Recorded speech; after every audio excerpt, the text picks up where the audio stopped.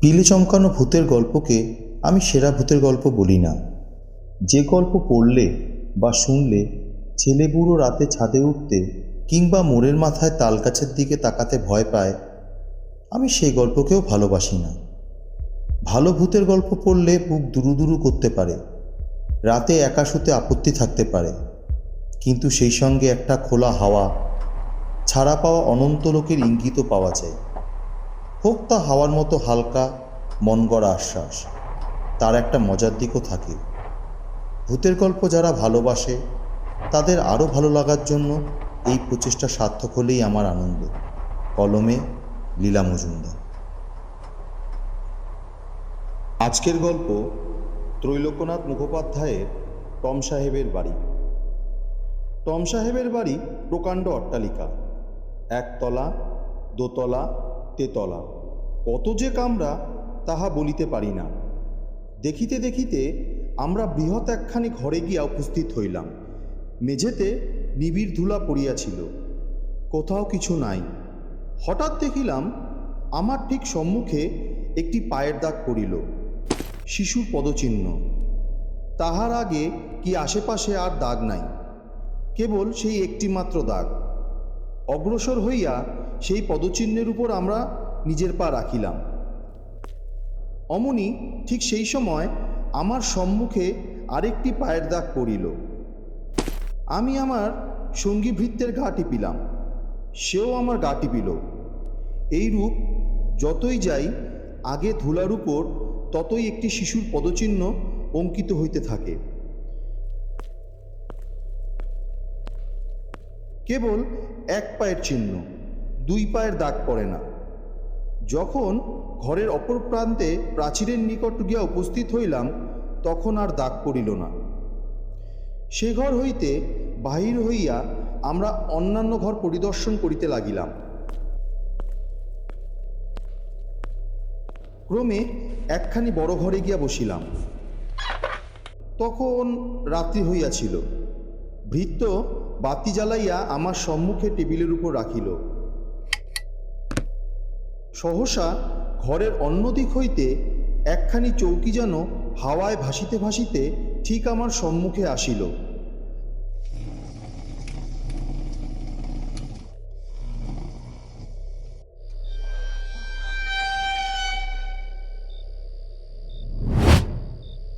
আমি বলিয়া উঠিলাম, বাহ, এ কি! ক্রমে দেখিলাম সেই চৌকির উপর যেন কি বসিয়া রহিয়াছে। মানবের আকৃতি বটে, কিন্তু তাহার দেহ যেন অতি তরল ধূম দ্বারা গঠিত।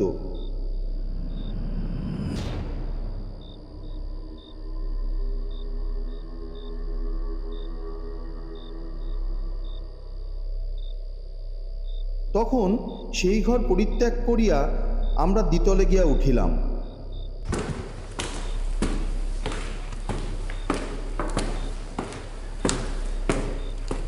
আমার শয়নঘর ওই ঘরেই নির্দিষ্ট হইয়াছিল, কিন্তু তখনও নিদ্রা যাইবার সময় হয় নাই।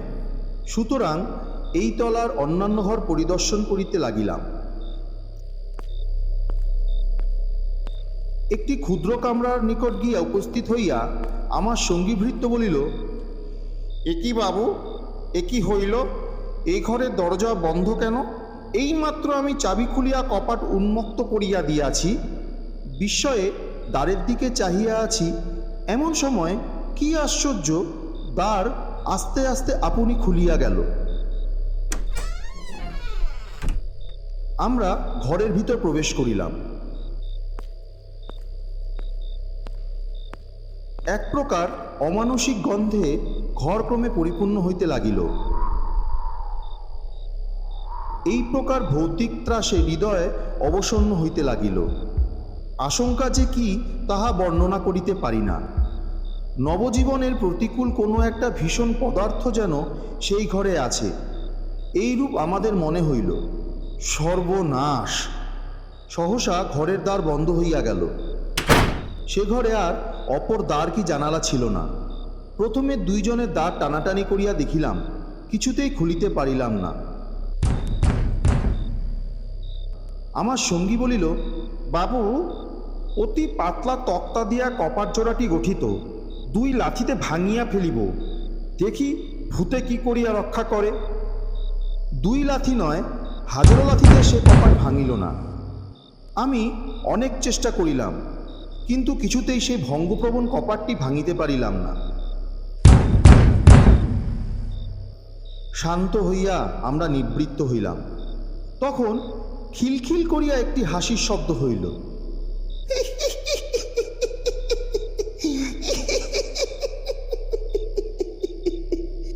দ্বারটি আস্তে আস্তে আপনি খুলিয়া গেল। সেই ভয়াবহ ঘর হইতে তাড়াতাড়ি বাহির হইয়া গেলাম। সেই ঘর হইতে বাহির হইয়া আমরা বারান্দায় দাঁড়াইলাম।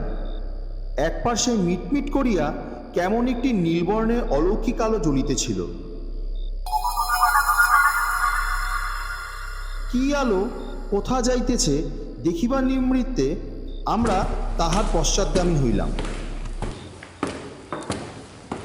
সিঁড়ি দিয়া আমাদের আগে আগে আলোটি তেতলায় উঠিতে লাগিল। তেতলার উপরে উঠিয়া একটি সাধারণ শয়নাগারে প্রবেশ করিলাম। যে বৃদ্ধা এই বাড়িতে একাকী বসবাস করিত, এই ঘরটি তাহারই ছিল। আমরা এইরূপ অনুমানই করিলাম। ঘরের ভিতর একটি দেরাজ ছিল। দেরাজটি খুলিয়া দেখিলাম, তাহার ভিতর একখানি রেশমের রুমাল ও 2খানি চিঠি রহিয়াছে। দ্বিতলে আসিবার নিমিত্তে সিঁড়ি দিয়া নামিতে লাগিলাম।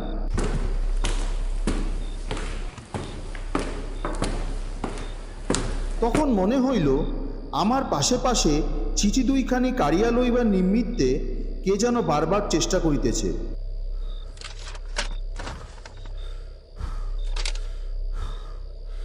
আমি দৃঢ় মুষ্টিবদ্ধ করিয়া আমি তাহার সে চেষ্টা বিফল করিলাম।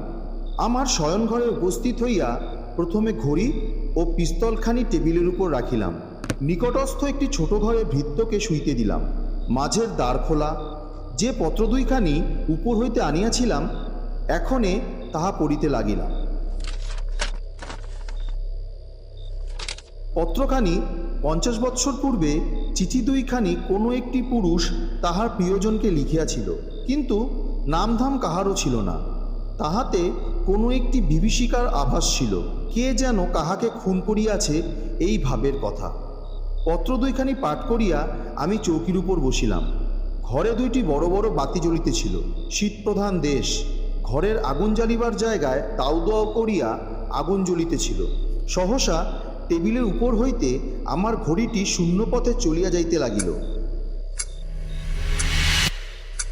হাতে পিস্তল লইয়া তাড়াতাড়ি আমি ধরিতে দৌড়াইলাম, কিন্তু সৎ করিয়া ঘড়ি যে কোথায় অদৃশ্য হইয়া গেল আমি আর দেখিতে পাইলাম না। ভৃত্য সেই সময় সহসা তাহার ঘর হইতে দৌড়াইয়া আসিল। চক্ষু তাহার রক্তবর্ণ, যেন কোটর হইতে বাহির হইয়া পড়িতেছে। তাহার সর্বশরীর রোমাঞ্চ হইয়াছে, মাথার চুলগুলি সব খাড়া হইয়া উঠিয়াছে। বলিল, মহাশয়, পলায়ন করুন, পলায়ন করুন। এই স্থানে আর তিলার্থকাল থাকিলে মারা পড়িব। বাপ রে, বাপরে বলিয়া সে দৌড় লাগাইল।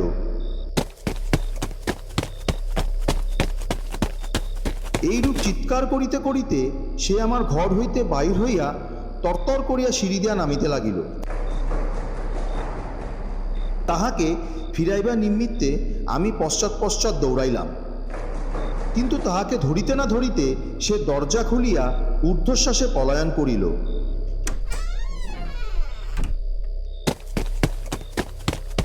সেই ভয়াবহ শ্মশান সদৃশ অট্টালিকার ভিতর আমি এখন একা পড়িলাম।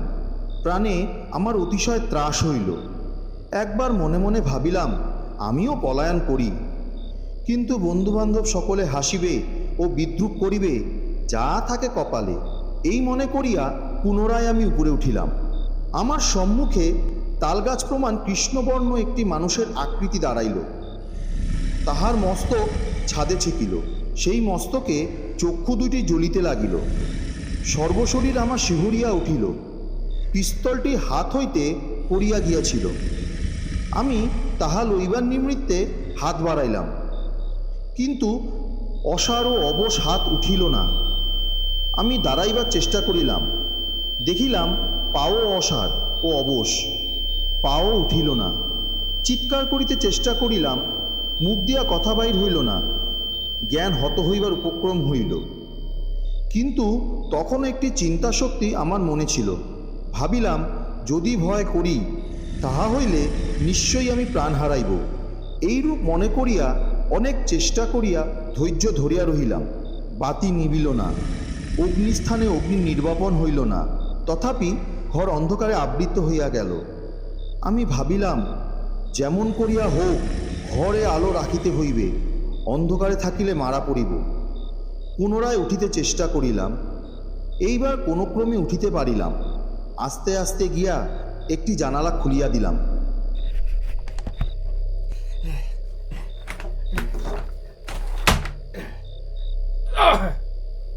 সেদিন ছিল জ্যোৎস্না রাত্রি। অল্প অল্প চাঁদের আলো ঘরে প্রবেশ করিল। সেই আলোকে দেখিলাম যে তালবৃক্ষ প্রমাণ কৃষ্ণবর্ণের বিকট মূর্তি তখন সম্পূর্ণভাবে ঘরে নাই, কেবল তাহার ছায়াটি এক পার্শ্বে দণ্ডায়মান রহিয়াছে। পুনরায় গিয়া চৌকিতে বসিলাম। পিত, হরিত, লোহিত নানা বর্ণের গোলাকার আলোক এখনে ঘরের চারিদিকে ঘুরিয়া ও গড়াইয়া বেড়াইতে লাগিল। তাহার পর ভূমিকম্প হইলে যেমন হয়, ঘর সেইরূপ দুলিতে লাগিল।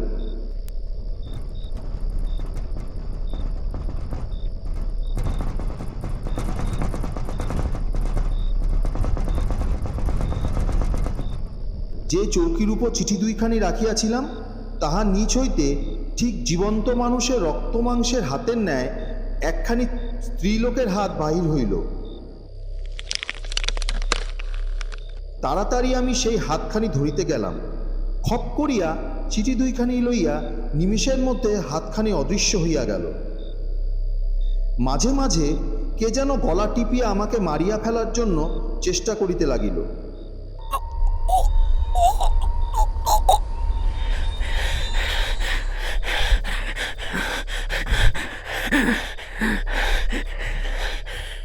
আমার ঘাড় ভাঙিয়া দিবার জন্য মাঝে মাঝে হাতও আসিতে লাগিল। সাহসে ভর করিয়া আমি বারবার সেই ভৌতিক হাত ঝাড়াইয়া ফেলিতে লাগিলাম। সেই রাত্রিতে আমি যে কি করিয়া প্রাণে বাঁচিলাম তাহাই আশ্চর্য।